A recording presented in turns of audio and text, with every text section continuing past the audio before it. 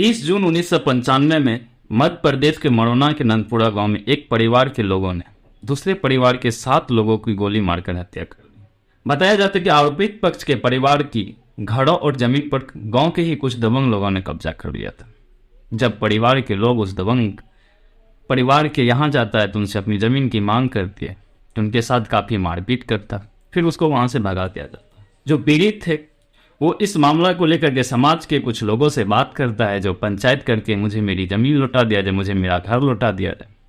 लेकिन उस गांव के कोई लोग पंचायत करने तक को तैयार नहीं होता। जब वो थक हार के पुलिस के पास जाते हैं, पुलिस प्रशासन से भी उसे कोई मदद नहीं मिलता है कि जिनसे उसकी मदद जमीन मिल सके और उनका घर मिल सके। अब जब वो थक जाते हैं तो उसको एक चीज समझ में आ जाता है कि अगर मुझे अब अपनी जमीन और मुझे अगर अपनी घर चाहिए तब खुद मुझे कुछ ना कुछ करना पड़ेगा और मुझे उन दबंग परिवारों से लड़कर ही जमीन को वापस करना होगा। फिर वो गांव में ही कर्ज के तौर पे किसी से कुछ रुपया लेता है। उस रुपये के बदले में जाकर के वो एक राइफल और कुछ गोलियां खरीदते हैं और वो राइफल और गोलियां खरीद कर लाते हैं और 30 जून 1995 की रात में उस दबंग परिवार के यहाँ जाता है और उस परिवार के 7 लोगों की सीने में गोली उतार देती है। गोली लगने से उस परिवार के 7 लोगों का घटनास्थल पे ही मौत हो जाता है। आज की भी घटना है उसी मध्य प्रदेश का। ना जाने चंबल के बिहार को कितना ऐसे बागी मिले जिनके डकैत बनने के पीछे भी जमीन विवाद ही मुद्दा रहा है। चाहे वो पान सिंह तोमर हो, चाहे वो रूपा हो या लखन, फिर कोई अन्य डकैत, इन सब के पीछे एक ही वजह, वो है दबंग लोगों द्वारा कमजोर लोगों की जमीन की हड़प। जब दबंगों ने इन सबों की जमीन को कब्जा कर लिया, जब इनको पुलिस प्रशासन और राजस्व विभाग से भी कोई मदद नहीं मिला, तो ये लोग अपने जमीन को अपना बनाने के लिए खुद बागी बन गए और चंबल की बिहार में न जाने ऐसे कितने लोग बने जो दबंगों द्वारा सताए गए और अपनी जमीन को पाने के लिए चंबल के बिहार में जाकर के डकैत बन गए। यहाँ तक कि पुलिस प्रशासन भी कमजोर और पीड़ित लोगों के साथ नहीं दिया। ऐसे में पीड़ितों को खुद बंदूक उठाकर चंबल के बिहार का भी शरण लेनी पड़ी और उन्होंने अपने तरीका से न्याय को प्राप्त करने की कोशिश की। ऐसे में एक कहावत है, मरता क्या नहीं करता। जब इंसान पे पड़ जाता है, जब वो उसके सिवा कुछ नहीं है, मरने के सिवा उसके पास कुछ नहीं, तो वो कुछ भी करने के लिए तैयार हो जाता है। राधे राधे, नमस्कार, सत श्री अकाल। मैं हूं कोमल यादव। आज की जो सच्ची घटना है, ये घटना है मध्य प्रदेश के मरोना के लेपा गांव के।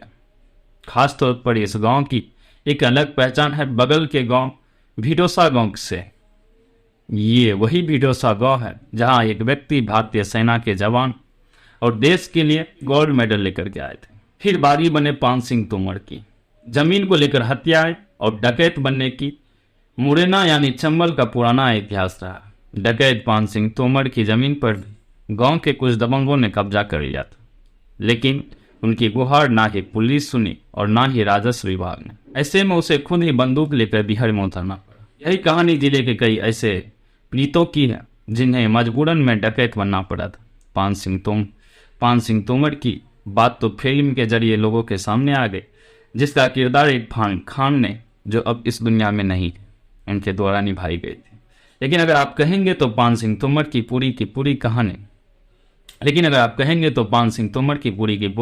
कहानी मैं आप लोगों के बीच जरूर लाऊंगा, जो किस तरह से पान सिंह तोमर भारतीय सेना में काम करते हुए भारत देश के लिए गोल्ड मेडल लाया और फिर किस तरह से एक बागी बन गया। अगर आप बताएंगे तो आपके लिए पूरी की पूरी एक कहानी मैं आपके बीच जरूर लाऊंगा। फिर बढ़ते हैं कहानी की ओर।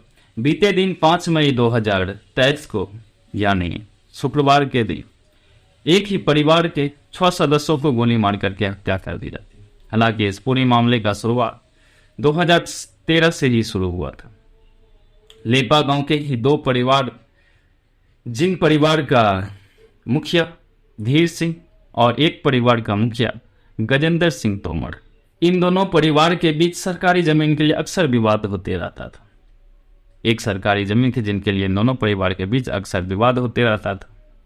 धीर सिंह चाहता था जो इस जमीन पे मालिकाना हक मेरा हो, और गजेंद्र सिंह तोमर जो था वो भी चाहता था जो इस जमीन पे मालिकाना हक मेरा हो, जिस वजह से इन दोनों के बीच अक्सर लड़ाई झगड़ा होते रहता था। इसी लड़ाई झगड़े में धीरे धीरे बीतते बीतते एक दिन ऐसा होता है जो धीर सिंह की परिवार के 2 लोगों का हत्या हो जाता।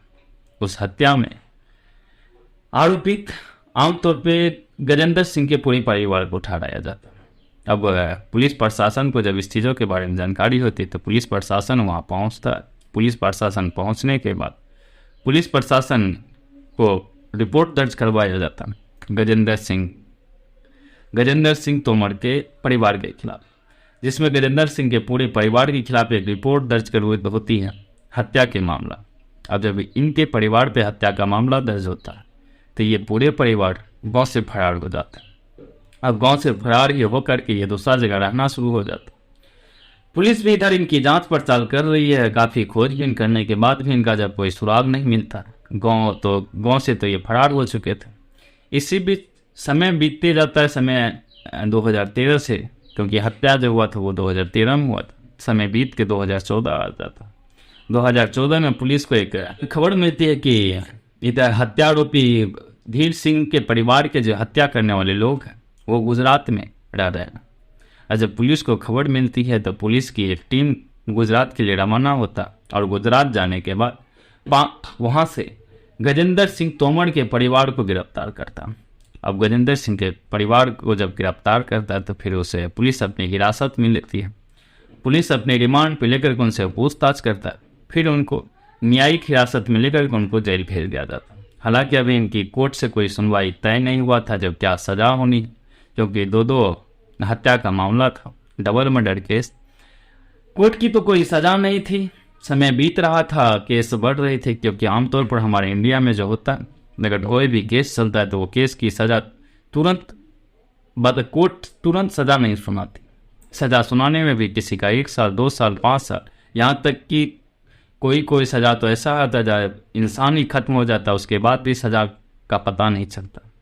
वही बात होता है। समय बीत रहा था, इधर धीर सिंह और गजेंद्र सिंह एक दूसरे से मुकदमा कोर्ट में लड़ रहे थे, कोर्ट में तारीख पे तारीख। इधर सजा तो इन लोगों को हुआ नहीं था। गजेंद्र सिंह के परिवार 2014 से इस सलाखों के पीछे, 2014 से 15-16 दोनों तरफ से मुकदमा लाया जा रहा था। इसी बीच गजेंद्र सिंह तोमर का परिवार जमानत पे बाहर आ जाता। इधर धीर सिंह के परिवार के जो उम्मीद थी कि इन हत्यारों को कोर्ट भी सजा नहीं दिया, कोर्ट में तारीख पे तारीख गजेंद्र सिंह के परिवार के पास पैसा की कोई दिक्कत नहीं थी। गांव के बाहर रहकर भी अपना मुकदमा लड़ते रहता। जब भी उनको तारीख की डेट होती उस तारीख पे आ जाता, अपना कोर्ट में पेशी करा करके वो वहाँ से चला जाता। लेकिन इस बीच वो गाँव नहीं आता। अगर गाँव आता भी तो तुरंत गाँव से चला जाता, क्योंकि एक डर लगा हुआ था कि जिसकी हत्या का आरोप गजेंद्र सिंह तोमर के परिवार पे लगा गया, कहीं उसका बदला लेने के लिए धीर सिंह के परिवार कभी न कभी कोशिश जरूर करेगा। जिसके कारण से गजेंद्र सिंह के परिवार के अगर कोई लोग भी गांव आते भी थे तो वो ठहरता नहीं था। वो जब आते थे उसी भी अपना जो भी काम होता था वो करके तुरंत के तुरंत गाँव से चला जाता था। अब धीरे धीरे इनका गांव आना जाना लगा रहता था। इसी बीच वो गांव वाले के कुछ लोगों से बात करते हैं, जो अब जो हो गया है तो वो तो लौट के नहीं आएगा। हम दोनों आदमी कोर्ट के पीछे और कानूनी तौर पे जो लड़ाई कर रहे हैं उनसे किसी को कुछ मिलने वाला नहीं। क्यों ना अगर हम लड़ाई करके आपस में जो मेल मिलाप होता है वो कर लें, हमारा भी पैसा बच जाएगा और धीर सिंह का भी पैसा बच जाएगा। तो ये बात जब गाँव वाले द्वारा धीर सिंह के बताया जाता है तो धीर सिंह भी इस चीज़ों के लिए राजी हो जाता है। तो कोई दिक्कत नहीं, हम आपसे समझौता कर लेते। फिर एक डेट तय होती है, एक समय तय होता है। गांव के भी कुछ लोग आते हैं जो अच्छे पोस्ट पे गांव में, गांव के मुखिया, गांव के जो सरपंच, सारे लोग पहुंचते हैं।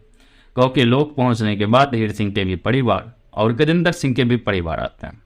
अब दोनों के बीच एक समझौता है जो 6 लाख रुपया और कुछ जमीन है, और 6 लाख रुपया और कुछ जमीन गजेंद्र सिंह तोमर अपना धीर सिंह के नाम स्थानांतरित कर देते हैं। अब दोनों पक्ष द्वारा कोर्ट में पेशी भी नहीं। जब कोर्ट में पेशी नहीं होता है तो उनके दोनों की जो मामला था वो रफा दफा।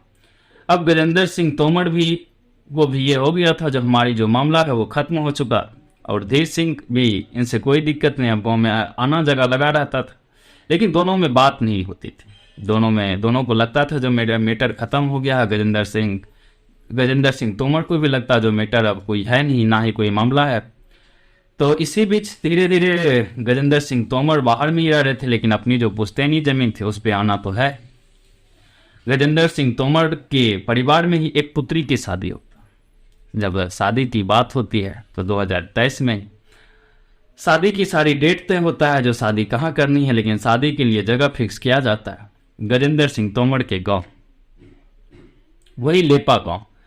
तो सारे लोग का एक प्लानिंग फिक्स होता है, सारे लोग एक डेट तय करता है। उस डेट पे 5 मई 2023 को सारे लोग एक साथ लेपा गांव पहुंचते हैं। जैसे ही लेपा गांव पहुंचते हैं, शादी की सारी तैयारी के साथ गांव पहुंचने के बाद जैसे ही गांव पहुंचे हैं, तो उसी बीच धीर सिंह वहां आ पड़ता है। धीर सिंह जैसे ही गजेंद्र सिंह तोमर को देखता तो दोनों में कहा सुनी शुरू हो जाता। धीरे धीरे कहा सुनी आपस की लड़ाई हाथापाई पे आ जाता। जैसे ही हाथापाई पे आता है तो गजेंद्र सिंह तोमर जो था, उनके साथ तो पूरे परिवार के लोग थे। उनके पूरे घर में जितने भी परिवार थे, बहू से लेकर के बेटे, सारे बेटे और बेटे के भी जो पुत्र पुत्रियां थे वो भी साथ में थे। तो यहाँ पे गजेंद्र सिंह तोमर के परिवार धीर सिंह तोमर के परिवार पे भारी पड़ जाता। जब धीर सिंह तोमर के परिवार वाले के कुछ लोग जब देखता है जो हमारे परिवार पे ये लोग भारी पड़ रहे हैं, उसी में से 2 व्यक्ति अजीत और मोनू दौड़ के अपना घर जाता और घर से दोनों आदमी एक एक राइफल लेकर के आता और दोनों राइफल लेकर के आता है। उसमें से अजीत जो होता वो गजेंद्र सिंह तोमर पे फायरिंग कर देता। जैसे ही फायरिंग करता है, गोली सीधा गजेंद्र सिंह तोमर को लगता। गजेंद्र सिंह तोमर को गोली लगने के बाद उनका जो बेटा होता है सत्य प्रकाश, वो अपने पिता को संभालने के लिए आता। इसी बीच एक और फायरिंग होती है और वो गोली सीधा सत्य प्रकाश को जाकर लगती है। इसी बीच लगभग 9 से 10 फायरिंग होता है और 10 फायरिंग में गजेंद्र सिंह तोमर के परिवार के 8 लोगों को गोली लगता है, जिसमें 3 लोगों की तो तभी ही मौत हो जाती है और 3 लोग हॉस्पिटल जाने के बाद दम तोड़ देता। जब ये मामला हो रहा था तो उसी में गजेंद्र सिंह तोमर के जो पोती थी रंजना सिंह तोमर थी, वो वीडियो बना रहा था। उसकी तरफ भी फायरिंग किया गया था, लेकिन वो वीडियो बना ही रहा था, वो बच के वीडियो बनाता और वही वीडियो इंटरनेट पे काफी तेजी से वो वीडियो वायरल होता। जब वीडियो को उच्च अधिकारी के लोग देखते हैं तो वो लोग भी उस घटनास्थल पे पहुंचते हैं, लेकिन पुलिस को सूचना जब मिलता है तो सूचना मिलने के 1 घंटा बाद पुलिस घटनास्थल पे पहुंचती है। जब पुलिस घटनास्थल पे पहुंचती है तो घटनास्थल पे जो पहुंचने के बाद देखती है सारे लोग पड़े हुए हैं, सभी के शरीर से काफ़ी मात्रा में खून निकल रहा था। पुलिस तुरंत एम्बुलेंस को बुलाती है और एम्बुलेंस को बुलाने के बाद सभी लोगों को एम्बुलेंस में डाल करके पास के हॉस्पिटल ले जाया जाता। लेकिन जब तक हॉस्पिटल ले गया था तब तक में काफ़ी देर हो गई, तो उसमें से 3 लोगों की तो घटनास्थल पे ही मौत हो गया था और 3 लोग जो बचे थे वो हॉस्पिटल में दम तोड़ गए और 2 लोगों की इलाज चल रही है। मरने वाले में जो नाम है गजेंद्र सिंह तोमर और उनके बेटे सत्य प्रकाश सिंह, संजू सिंह और लेसी कुमारी, बबली सिंह और मधु सिंह, ये 6 लोगों की जिनकी मौत हुई है। घायल विनोद सिंह और वीरेंद्र सिंह जिनके अभी इलाज चल रहे। और घटनास्थल पर पुलिस ने जिन आरोपी का नाम दर्ज किया है, आरोपी है धीर सिंह, वीरभान सिंह, अजीत, श्यामू, सोनू, मोनू और अन्य लोगों, कुल मिला के 8 लोगों पर यह मामला दर्ज किया जाता। 8 लोगों पर मामला दर्ज करके 6 लोगों को तो तुरंत गिरफ्तार भी किया जाता है। कल शाम तक में ही 6 लोगों को गिरफ्तार कर लिया। हालांकि 2 लोग अजीत और मोनू जो है वो अभी फरार है। किसी के द्वारा इनकी पुलिस को यह सूचना मिली थी कि अजीत और मोनू भिंड में है। जैसे ही भिंड पुलिस की एक टीम जाती है तो भिंड में अजीत और मोनू की गाड़ी मिलती है, लेकिन अजीत और मोनू वहां से फरार हो चुका था। अब फिर से एक बार उस चंबल कुछ दिनों से शांत था, लेकिन ये मामला आने के बाद लग रहा है जो फिर से एक बार चंबल ढल उठा। वही चंबल जिस चंबल में लोग अपनी जमीनों की हक पाने के लिए किस तरह से कातिल बने, किस तरह से बागी बने और डाकू बने। हालांकि ये घटना सुनने के बाद दिल को काफ़ी ठेस पहुंचता है, काफ़ी दुख होता है। जो चंबल काफ़ी कुछ दिनों से शांत था और शांति से वहाँ लोग रह रहे थे, वही चंबल एक बार फिर से लोग वहाँ के दर उठे। फिर से वही मामला लोगों के बीच आ रहा, जो मामला के कारण से ना जाने कई लोगों ने अपने अपने कंधों पे हथियार उठाए, कई लोगों ने अपने घर से वीरान हुए। कई लोगों ने अपने परिवार के अन्य लोगों को छोड़ करके उस चंबल में रहना शुरू कर दिया था जिस चंबल में उसे दिन रात भटकना पड़ता था। कई लोगों की उसी चंबल घाटी में डकैत बनने के कारण एनकाउंटर में मृत्यु हो गई। कई लोगों उसी चंबल के में ना जाने अपनी माँ से, ना जाने कभी अपनी बहू से भी ना मिल पाई, ना अपनी पत्नी से, ना भी अपनी बेटी से मिल पाई। तो वही चंबल एक बार फिर से दहल उठा। तो पता नहीं अब इस मामले में क्या होता है, क्या कार्रवाई की जाती है। अगर इन दो लोगों को पकड़ा जाता तो फिर इनके ऊपर तो कार्रवाई होगी, लेकिन ये कार्रवाई फिर कहीं उसी गजेंद्र सिंह तोमर के जैसा ना हो जाए। जिस गजेंद्र सिंह तोमर को गिरफ्तार तो 2014 में किया जाता, लेकिन वो 2016 में जमानत पे बाहर आकर के घूम रहा था, और जिस कारण से धीर सिंह के परिवार को ये दिल में ठेस पहुंच रहा था कि जिन लोगों ने मेरे परिवार के लोगों को हत्या किया वो फिर से बाहर में घूमता, और इसी कारण से इस पूरा कांड का एक रूप और रंग दिया गया था। ये घटना लगभग 10 साल पहले से ही दिल में सुलग रही थी। आज न कल इस कत्ल का बदला जरूर, जिसका हो महाजन ये हुआ भी यही, खून का बदला।